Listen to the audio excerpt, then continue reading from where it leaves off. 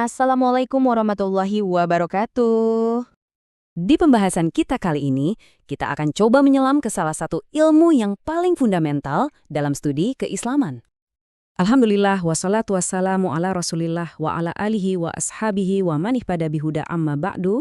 Nah, kita akan sama-sama membongkar apa sih sebenarnya usul fikih itu. Sebuah perangkat yang luar biasa untuk memahami bagaimana hukum-hukum dalam Islam itu dirumuskan.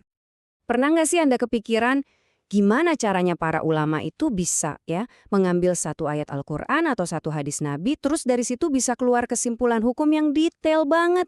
Hukum tentang sholat, puasa, jual beli, dan banyak lagi. Apa sih metodologinya?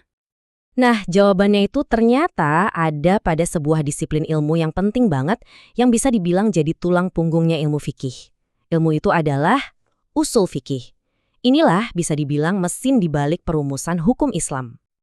Oke, supaya kita bisa paham betul, kita perlu bedah dulu istilah ini jadi dua kata, usul dan fikih. Kita mulai dari yang pertama dulu ya. Kata usul itu bentuk jamaknya dari asyul. Secara bahasa, asyul itu artinya pondasi, dasar atau akar, sesuatu yang jadi landasan buat hal lain yang dibangun di atasnya. Biar gampang ngebayanginnya, coba deh pikirkan usul itu kayak pondasi sebuah bangunan. Ya kan? Tanpa pondasi yang kokoh, dindingnya pasti ambruk. Atau bisa juga kita bayangin kayak akar pohon. Dari akar yang kuat itulah baru bisa tumbuh batang, cabang, dan ranting. Nah, itulah peran usul, sebagai landasan yang menopang semuanya. Oke, sekarang kita pindah ke kata kedua, fikih. Kalau secara istilah, fikih itu adalah pengetahuan kita tentang hukum-hukum syariat yang sifatnya praktis atau amaliyah yang digali dari dalil-dalilnya yang spesifik. Nah, kata kunci di sini itu adalah praktis atau amaliyah. Jadi, fikih itu ngebahas hal-hal yang kita amalkan sehari-hari. Gimana tata cara sholat, apa aja ketentuan zakat, atau gimana sih akad jual beli yang sah? Ini beda ya sama pembahasan akidah, misalnya keimanan tentang mengesahkan Allah, karena itu masuknya ke ranah ilmu lain.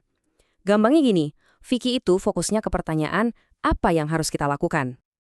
Oke, kita sekarang udah punya dua kepingan puzzle-nya nih. Usul sebagai akar atau pondasi, dan fikih sebagai hukum praktis atau cabang. Nah, sekarang ayo kita satuin keduanya biar kita ngerti definisi utuh dari ilmu usul fikih. Nah, ini dia definisi lengkapnya. Usul fikih itu adalah ilmu yang ngebahas tiga hal utama. Pertama, dalil-dalil fikih yang sifatnya global. Kedua, cara atau metode untuk nyimpulin hukum dari dalil-dalil itu. Dan ketiga, keadaan orang yang punya wewenang buat melakukan penyimpulan hukum tadi. Jadi, poin pentingnya ada di tiga komponen ini. Yuk kita bedah satu persatu biar kita bisa bangun pemahaman yang utuh. Anggap aja kita lagi gambar peta konsepnya bareng-bareng. Komponen yang pertama adalah dalil yang sifatnya global atau ijmali. Maksudnya, usul fikih itu nggak ngebahas satu-satu ayat atau hadis secara spesifik, tapi lebih ke kaidah-kaidah umumnya. Contohnya nih, kaidah yang bilang kalau setiap kata perintah di Al-Quran dan Sunnah itu pada dasarnya menunjukkan sebuah kewajiban. Atau sebaliknya, setiap larangan itu menunjukkan keharaman. Ini prinsip-prinsip umumnya.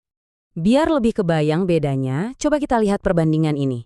Usul fikih itu ngasih kita kaidah umum, misalnya setiap perintah itu wajib. Terus seorang ahli fikih bakal ngambil kaidah ini dan nerapin ke dalil spesifik, contohnya ayat dirikanlah sholat, buat ngimpulin kalau sholat itu hukumnya wajib. Kelihatan kan polanya di sini? Usul fikih itu kaidahnya, fikih itu penerapannya. Komponen kedua adalah metodenya, atau yang sering disebut istinbat. Ini kayak seni menggali hukum dari sebuah teks. Nah, usul fikih ngasih kita seperangkat alat buat memahami berbagai jenis lafal. Mana yang maknanya umum, am, dan mana yang khusus, khas. Atau mana ayat yang menghapus hukum ayat sebelumnya, nasih, dan mana yang dihapus, mansuh. Ini ibaratnya toolkit yang penting banget buat para ulama. Komponen yang ketiga ini ngebahas tentang subjeknya, yaitu al-mustafid, atau orang yang ngambil kesimpulan hukum itu, yang kita kenal dengan sebutan mujtahid. Usul fikih juga yang menetapkan kualifikasinya. Siapa sih yang berhak melakukan ijtihad? Apa aja syarat yang harus dipenuhi? Nah, ini penting banget buat menjaga otoritas dan kebenaran hukum Islam. Oke, setelah kita tahu apa itu usul fikih dan komponen-komponennya, pertanyaan berikutnya adalah, kenapa sih ilmu ini penting banget? Dan siapa ya yang pertama kali merumuskannya secara sistematis? Manfaat utamanya sebenarnya cuma satu, tapi ini fundamental banget. Usul fikih ngasih kita kemampuan buat mengeluarkan hukum syariat dari dalil-dalilnya, dengan landasan yang benar dan metodologi yang sahih. Tanpa ilmu ini, penafsiran hukum bisa jadi liar dan gak berdasar.